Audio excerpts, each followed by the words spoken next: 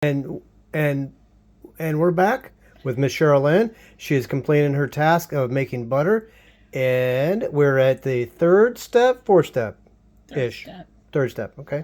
Okay. I put it in the pan, and I'm kind of just slowly melting it because I want all the milk solids to separate from the butter. And this is some that I had left over from the last batch that I had. So I'm going to put it in there and melt it all together. Now, after we melt it, we're going to put it in a really shallow dish. You can use a bowl, put a plate on it, do whatever you want to do, and stick it in the ice box. And the solids will settle to the bottom, and it will make the butter on top. That's when you put it back into the blender and you add your flavorings. And we'll do flavorings in a different video. Yes, that's the next one. I've already made some blueberry where I took this blueberry juice, syrup, whatever you want to call it. And that's the stuff they usually put in your coffee drinks, or they have these things called Italian ices up here. Anyways, they put that in there. So I got some blueberry. Well, Steve did. Got some blueberry, and we have some frozen blueberries.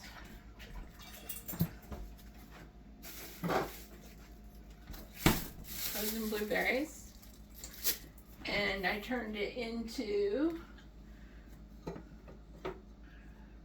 this goodness. So what would happen if we introduced blueberry into the process right now? What would happen? I don't think it would blend very well. As a matter of fact, I've not tried it that way, but you can try it that way and see if it works, but I don't think it'll work because this is hot and it doesn't whip very well when it's hot. It whips better when it's colder, and you can get it to the whipping stage where it looks like this.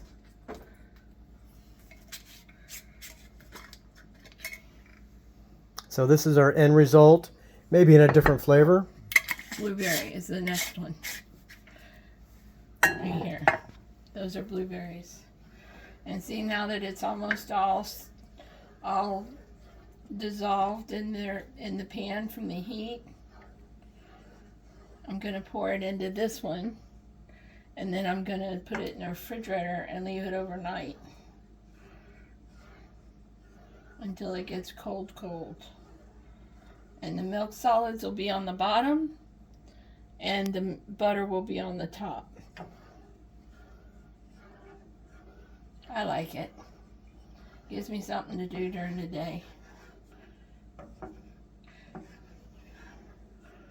And he likes to take it to work. He takes it to work, and the girls at the office just love it. I made some banana bread, and he refused to take that to work. He said, "That's mine. I want it."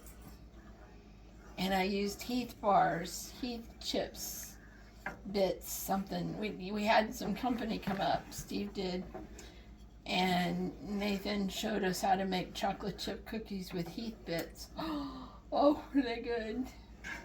Those were some good cookies, weren't they? Most definitely. He made us some bread too. I haven't gotten around to making that one yet. Anyways. Can you show us what's in the oven? Oh, yes, it's about ready to come out. Thank you for reminding me. I made these two. I made them for my mother-in-law. And then when she died, they told me to come get my stuff out of her house. Oh, it's just right. And we have bread. Oh, doesn't that look good? It's called artisanal bread.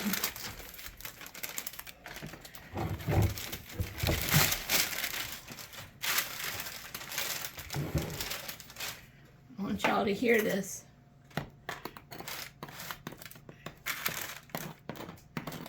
I don't know how they do that on some of the videos.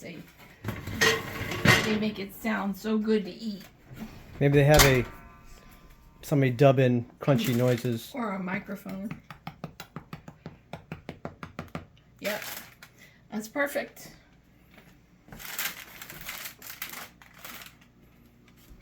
That's perfect.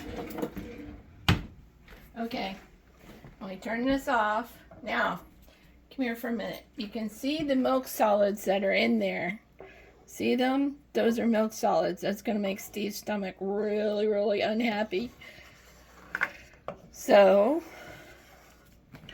I, being the smart one that I am, put it in the pan and wait for it to separate itself. And remember, you gotta get all that goodness out of there, because it sure is good.